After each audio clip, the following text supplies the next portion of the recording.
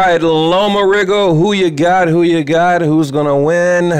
It's a tough one. It's a tough one. Look, I mean, this is like for the boxing purist, right? I mean, this to me, you know, if you are truly a boxing fan, what a great fight. I mean, I wish they were a little bit closer in size and weight, but you know, I'm not even really going to focus on that much. But look, let's break it down. I made a couple of videos talking about this already, but I'm getting hyped up for it, man. I want to talk about it. So, right away, let's just jump into it. Rigondeaux hit the canvas, right? We know. Actually, I just now watched the highlights. Honestly, I don't know the guy's name. Blonde hair, white trunks. First knockdown, legit. Second knockdown, I think he got pushed, came back, broke the dude's jaw. I forget his name.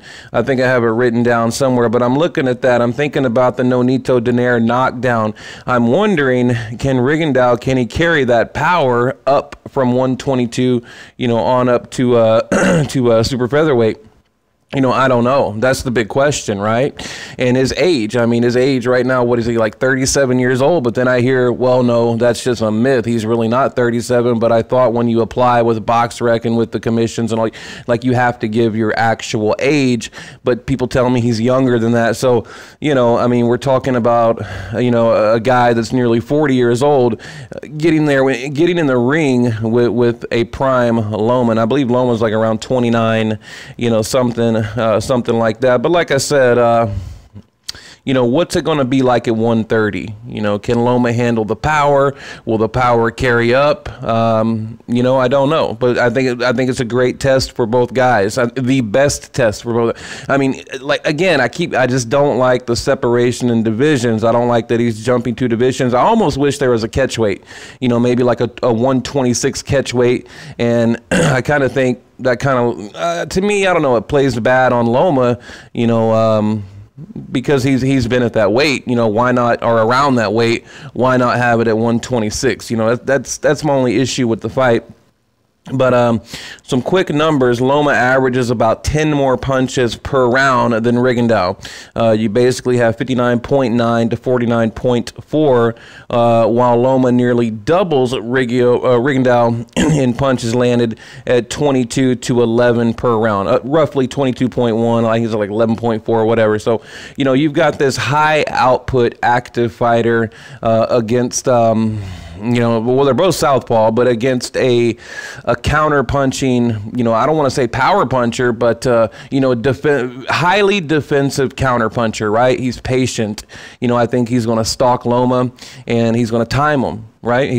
I believe that is his plan coming into the fight. I don't think he's going to come. I mean, when has Rigondeaux ever come out, you know, guns blazing, right? I think he's going to come out defensive, try to time him, you know, set up a trap, figure him out. Probably, you know, and in the early rounds, I mean, you can almost automatically give it to Loma because I really feel like Rigondeaux is going to just try to figure him out, you know, the whole feel out process. And then I think we're going to see around 3, round 4.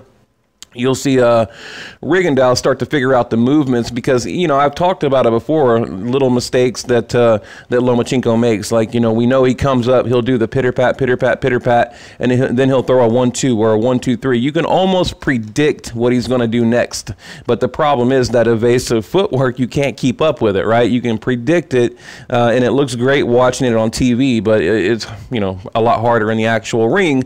But December 9th, 2017, Madison Square Garden. Look, this is a pay-per-view worthy fight. I mean, the fact that it is on ESPN is pretty cool, I think, for free. Well, you know, you got to have cable, but I think you can even get online if you just have internet access or even a cell phone with data. You can watch the fight night, you know, free. So pretty cool. But yeah, Rigo, great counterpuncher, you know, does good body work, excellent defense, calm, cool, collective, patient. I think he's going to wait for Loma to make a mistake. You know, and then he's gonna try for something big, right? But again, another odd thing to me, you look at the resume, right? You got Loma 9-1, okay. Rigondeaux 17-0. Now the reach, you got Rigondeaux. I think he's got a slight reach advantage. I believe it's like 68 to 65.5. You know, correct me if I'm wrong, but you know, they match up pretty well. I think Loma's about 1.5 inches taller, so clearly he will be, you know, the bigger man on fight night. But Loma, you know, He's got Jason Sosa, Walters, Mariaga, Martinez, and Gary Russell, and of course we know the Salido back in 2014, March of 2014, losing to Salido, which what a shame. I really wanted him to avenge that loss. So Rigondeaux, Flores, Dickens, Francisco, of course, Nonito Donaire. We all know the big win, unanimous, or no, it was a decision in 2013, I believe. Yeah, 2013 WBO. I think that was like his 12th fight. But, you know, I kind of think really since that Nonito Donaire fight, he hasn't done a whole lot. Okay. Now, in the Flores fight, I've talked to you guys about this before. You know, if you're familiar with the channel, you probably know, and if you're not, welcome. But the Flores fight, I mean, you can go back. Dude took a dive. I mean, dude just straight up took a dive.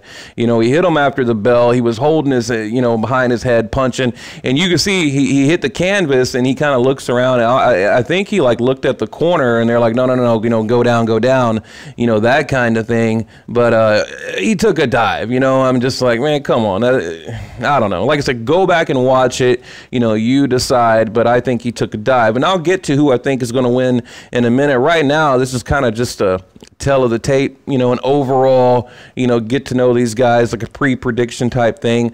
But Loma, you know, throwing punches and bunches, outstanding footwork. But will that play into Rigondeaux's hand, right? You know, that's the thing. Maybe it will. You know, he's making the face, you know, maybe it will, okay? And by the way, the guy I'm talking about, which I cannot think of, maybe it was Dickens. I don't remember who it was, but he broke his jaw, right? He gets knocked down, which I think, I'm talking about Rigondeaux, okay? We're talking about the chin, you know, getting his chin checked right now. Loma never hit the canvas. Rigondeaux has twice, three times actually, if I'm right. Possibly four, but three that I know of. But the first one, clearly a knockdown. The second one, I think he got pushed. But hit the canvas against Nonito Donaire, but came back to break the dude's jaw. So I do want to include that. So he has the power. You know, Rigondeaux has that power. You know, yes, he hit the canvas, but came back. I wish I could remember his name. I think it was Dickens. What fight was it? I can't remember. But you guys know what I'm talking about. So, yeah, both guys southpaws. You know, one basically, you know, an action-packed fighter, striker type dude. Another, like I said, defensive wizard, I think. And I just love Rigondeaux's defense, and I like the way he fights. He even keeps that jab low. And another thing I like is he'll jab and he'll kind of paw at the other guy's jab, and he does that to neutralize the jab. You know, jab is the great neutralizer, but not only does he use the jab as a neutralizer, he's also neutralizing the other guy's jab because he's tapping that glove, and then boom, he'll throw the right down the middle, and he's got that, you know, right down the middle body punch too, just that right down the pipe, you know, just dead in the body, that I think he'll catch Loma with, but we'll see. You know, like I said, like both southpaws, that makes it kind of interesting. You know, like I said, one to me is a defensive knockout artist, basically, you know, against a high output, you know, fighter that they call the Matrix, right? They call him that for a reason because, you know, he seems to be able to do things in the ring that you know, shouldn't be done. It's incredible to watch. So, I mean, I'm excited. I can't wait to see both these guys in the ring, but, you know, I hope it lives up to the hype. You know what I mean? I hope that we get the fight that it should be. I mean, that it should be. And I'm hoping that it's not just kind of a retirement package for Rigondeaux, because I talked about that in the past, that, you know, maybe he's cashing out. You know, maybe he saw Loma moving up in divisions, right? And said, you know, I got to chase this guy. Like, I mean, who else is Rigondeaux going to fight? He was with HBO. They dropped him. He's too boring. You know, which, I mean, I wouldn't call it boring. You know, if you're really a boxer or a boxing head, it's brilliant to watch. But you have to remember, you know, boxing heads make up 10-20% of the paying boxing community, right? I mean, we make up 20% of the revenue. There's another 80% of the market they've got to appeal to. And Rigondeaux, his style is simply not appealing, okay? I mean, and to where a Lomachenko is, and that's why I believe one day Loma will become a household name, you know, and I think that's kind of what they're building him to be. But he is getting up there. You know, he's about to hit 30. Not a lot of wear and tear in the pro career, but in the amateurs, ton of fight. What does he have? Nearly like 390 whatever fights in the amateurs, and of course both Olympic champions, which that's awesome to me. That I mean, when you just really look at this, you know, like I said, they're both Olympic champions. I mean, both of them have this incredible, you know, amateur background. I mean, I really am excited. And I don't think the fights get enough hype. You know, I'm like, man, why isn't anyone talking about this? But Rigondeaux, you know, won gold in I think 2000, 2004, Loma 2008, 2012. So both Olympic, I believe, gold winners. You know, correct me if I'm wrong, but fundamentally sound boxers. I mean, this is like a classic boxing chess match. Can't wait. But right now, I have Loma by decision. And like I said, it's kind of a pre-prediction. I mean, I want to see these guys, you know, at a press conference. I want to see them, you know, right next to each other, you know, kind of size them up. You know, I want to hear about their camp. I know Rigondeaux right now talking a lot of garbage, you know, on Twitter and social media about Lomachenko, things like that. But, you know, I need to see a little bit more before I make an official prediction. But right now, I mean, you know, a pre-prediction. I believe Loma by decision. You know, and possibly a stoppage. You know, possibly a stoppage because I don't know. I mean, these styles, I keep thinking about in my head, like their styles, like how are they going to clash? You know, how are they going to clash? I mean, it's just, you know, typically when you have a defensive kind of counter puncher, power puncher against it's against an orthodox fighter, right? You know, the southpaw, left hand, right hand thing. But now you have two southpaws, right? A guy moving up two divisions. You know, this guy that's like the Matrix. This other guy is like this defensive wizard with a low output and a high output. But that's okay because he's a counter puncher, like a Juan Manuel Marquez, you know, which he reminds me of, and even like a little bit of a Mayweather in there. Like if Mayweather and Marquez had a baby, you get Rigondeaux. You know, so that's kind of what we have here. And with Loma, he's just like this one of a kind, right? He's the lone wolf, a rare breed, you know, like the Willie Pep of our generation. So it's going to be a great fight, and I can't wait. So, but yeah, I'll leave it at that. I just wanted to talk about it for a minute. I got a couple of videos coming out.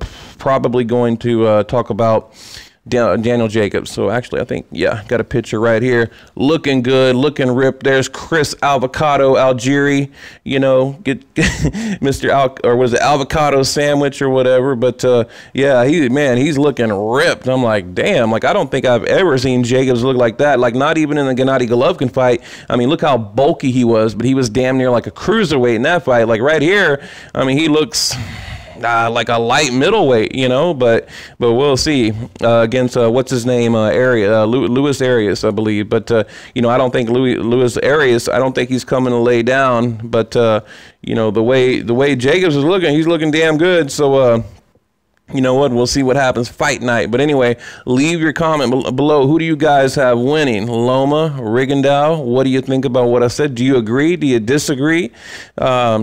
You know, like I said, I got Loma winning by decision. Now, let me end it here. I don't think Loma will get any credit for beating Rigondeaux.